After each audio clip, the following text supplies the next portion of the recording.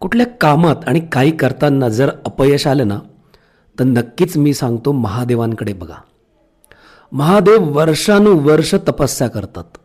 कारण त्यांना माहिती आहे, घाईने केलेली कुठलीच गोष्ट डेस्टिनी बदलत नाही.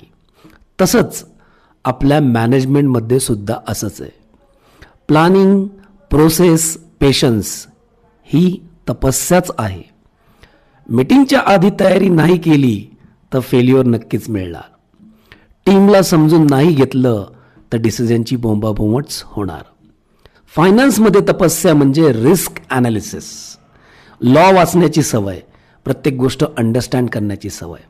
ब्लाइंड इन्व्हेस्टमेंट केली तर घरादारात आपला तांडव होतो. एक्झिक्युशन, एखाद्या कामाचं एक्झिक्युशन म्हणजेच आपण तांडव रूप देऊ. तपस्यानंतर कधीच भगवान शंकर थांबत नाहीत, ते तांडवच करतात. का? राईट टाईम आली की ते डिसिजन घेतात, राईट टाईम आली की ज्याला डिस्ट्रॉय करायचं ते डिस्ट्रॉयच करतात. तर बरंच काही त्यांच्याकडनं आपल्याला शिकायला मिळतं. सक्सेस मंत्र त्यांच्यातच आहे. विचार करा भगवान शंकरांसारखा आणि ॲक्ट करा, म्हणजे थोडक्यात कामाचं एक्झिक्युशन करा तांडवासारखं.